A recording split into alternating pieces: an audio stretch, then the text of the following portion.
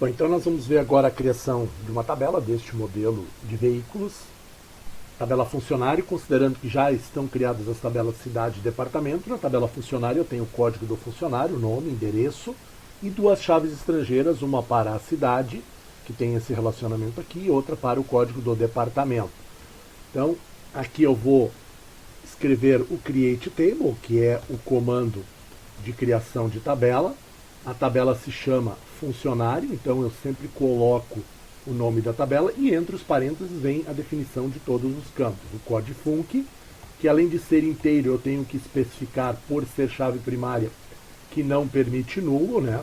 Importante definir esse aspecto. O nome um varchar 100 e um endereço também, um varchar do tipo 100, tá? Nome. Aqui eu gosto de colocar os campos com letra minúscula, varchar 100, mas isso é uma anotação, né? Não necessariamente um padrão que todos devem adotar. Not null, porque o nome também não é permitido nulo. Endereço já não. O endereço está como varchar 100, mas é um campo que não tem a obrigatoriedade, ou seja, eu posso colocar valores nulos neste campo.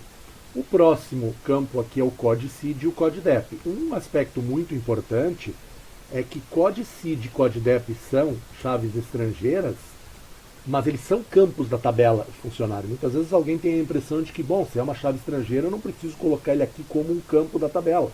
Não, ele é um campo da tabela também, né? A mesma coisa com o codedep.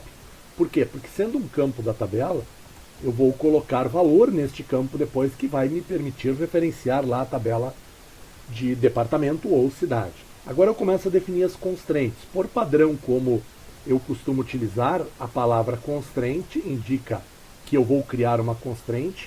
Quando é chave primária, o padrão PK, nome da tabela. Lembrando que só existe uma chave primária por tabela, mesmo que ela seja composta.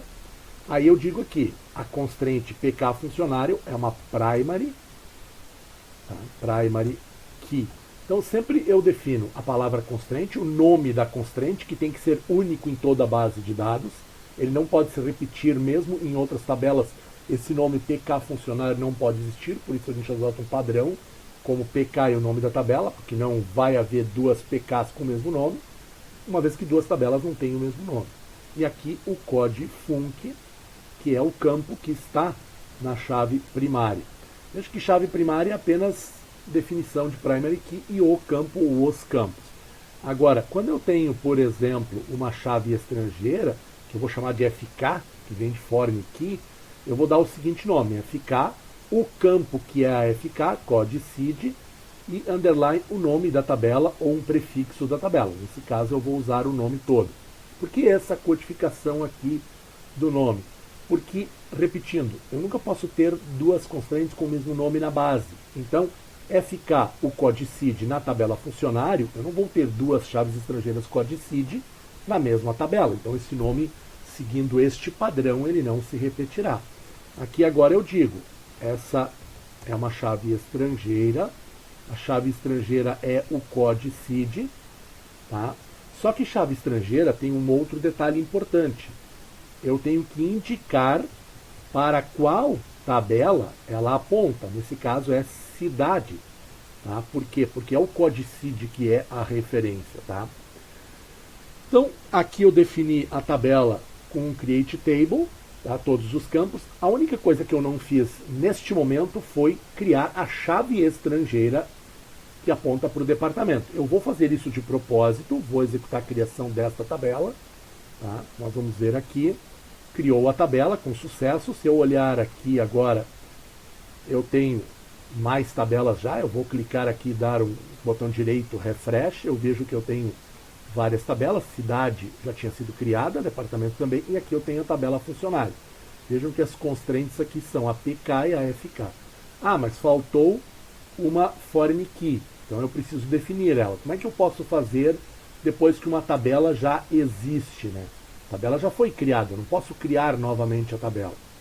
Alter table. O alter table é uma instrução que muda uma tabela, muda a estrutura de uma tabela, como por exemplo, nesse caso, o funcionário. E agora eu vou dizer o que eu quero mudar nessa tabela. Eu quero adicionar a ADD, quero adicionar o quê? Uma constraint. tá?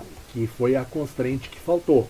Veja, o campo já foi criado, o campo CodeDep. O que falta, na verdade, é uma constraint que eu vou chamar de FK CodeDep espaço funcionário. Veja que eu estou adotando a mesma regra, FK para dizer que é uma foreign key, CodeSeed aqui era o nome do campo, agora é CodeDep, porque é em cima desta chave estrangeira, e na tabela funcionário. E aqui eu sigo a mesma denominação de antes, foreign key, só que agora o campo é CodeDep, tá? E posso continuar aqui abaixo, é o mesmo comando ainda, referências departamento, a tabela departamento, que é a tabela para a qual eu vou apontar. Tá? E com isso eu crio e altero, e aqui quando eu olhar a tabela funcionário, com o botão direito aqui mandar atualizar, eu vou ver que eu tenho 3 constraints agora. Então uma coisa muito importante sempre é a gente entender que uma coisa é o campo da tabela. O campo é o CodeSeed, que tem valores inteiros e não permite nulo. A outra coisa é a chave estrangeira, que é uma constraint, é uma regra que diz ao banco de dados: toda vez que alguém colocar um código de cidade aqui no funcionário, você tem que ir lá na tabela de cidade e ver se este código fornecido aqui existe. Como é que eu digo isso para o banco de dados, para ele validar isso? Através disso aqui, através desta constraint que vocês estão vendo, que a gente está vendo aqui. E depois eu fiz a mesma coisa para o campo CodeDep da tabela funcionário.